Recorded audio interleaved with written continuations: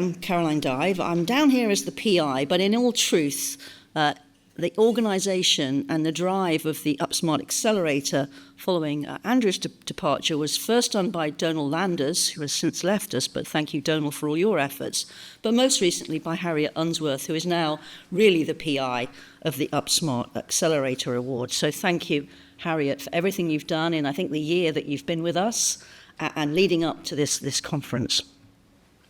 So what have we got? You've got a QR code and a name badge. You've got programs with, you can see the agenda for the next today and tomorrow. And we also have an Upsmart website that you can access. We have posters. I want to thank our sponsors, Evanova, our gold sponsor, thank you so much, and Roche. There are stands. There apparently is Wi-Fi, or I managed to do that even all by myself without any IT assistance, which is unusual. So fantastic, that works well. And as you'll see, we have session 1 today, patient-centered digital clinical trials. We have session 2, evidence to evaluation, the route to implementation. And then this evening, we have a reception for all and a conference dinner for those who've registered here at the Midland. And tomorrow, session 3, safe and ethical AI for cancer. And I may finally get my head around explainable AI. That remains to be seen. These were the Upsmart objectives that Andrew and his team at the time put forward: the digitization of experimental cancer medicine trials to collect and use better data to improve our understanding of how novel therapies affect patients, and to remain competitive as an experimental cancer medicine network in Europe. And I think that's a really important goal. The Upsmart Accelerator Award is divided, as you see, into the 4 work packages: data acquisition from hospital, from home, from the patient. Work package 2, data interpretation by the sponsor, by the patient, by the investigator, which of course different requirements there.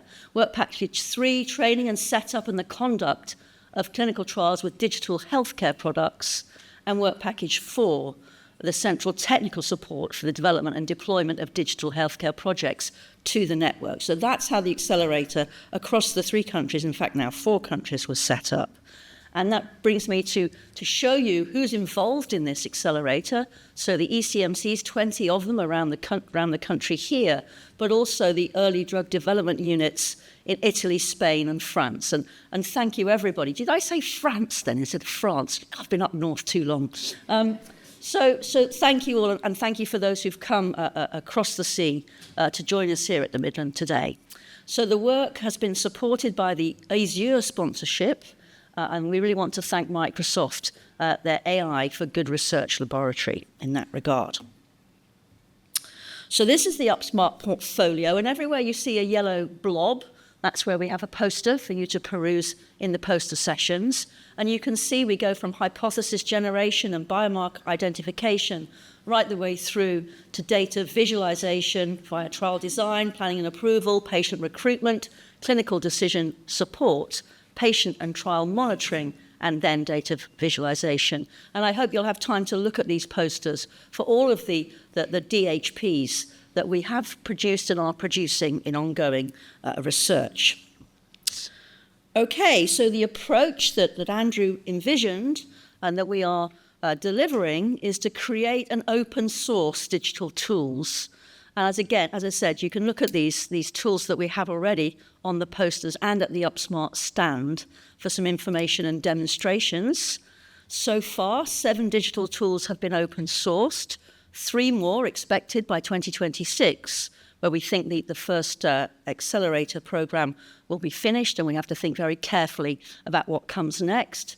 And these tools are being used in trials in the UK, in Italy, and in Spain. And I think one of our big challenges, and I hope we have some discussion and in the network sessions informally as well, of how do we achieve widespread adoption. We can take what is the say? You can take a horse to water, but you can't make it drink. And in the NHS, particularly in the healthcare systems across Europe, how do we get widespread adoption of digital healthcare projects? And what is next for the digitization of trials? So those are the 2 big questions that I'd like us all to think about in the next 48 hours.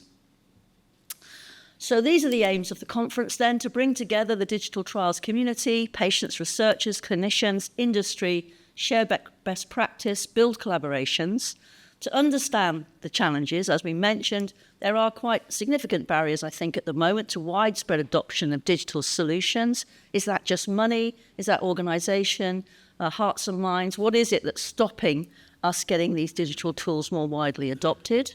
How can we work together to solve that problem? And how can we accelerate progress? What are the next steps to digitising clinical trials? I think everybody in this room, I think, is on board with doing that. The question is, how do we make it happen?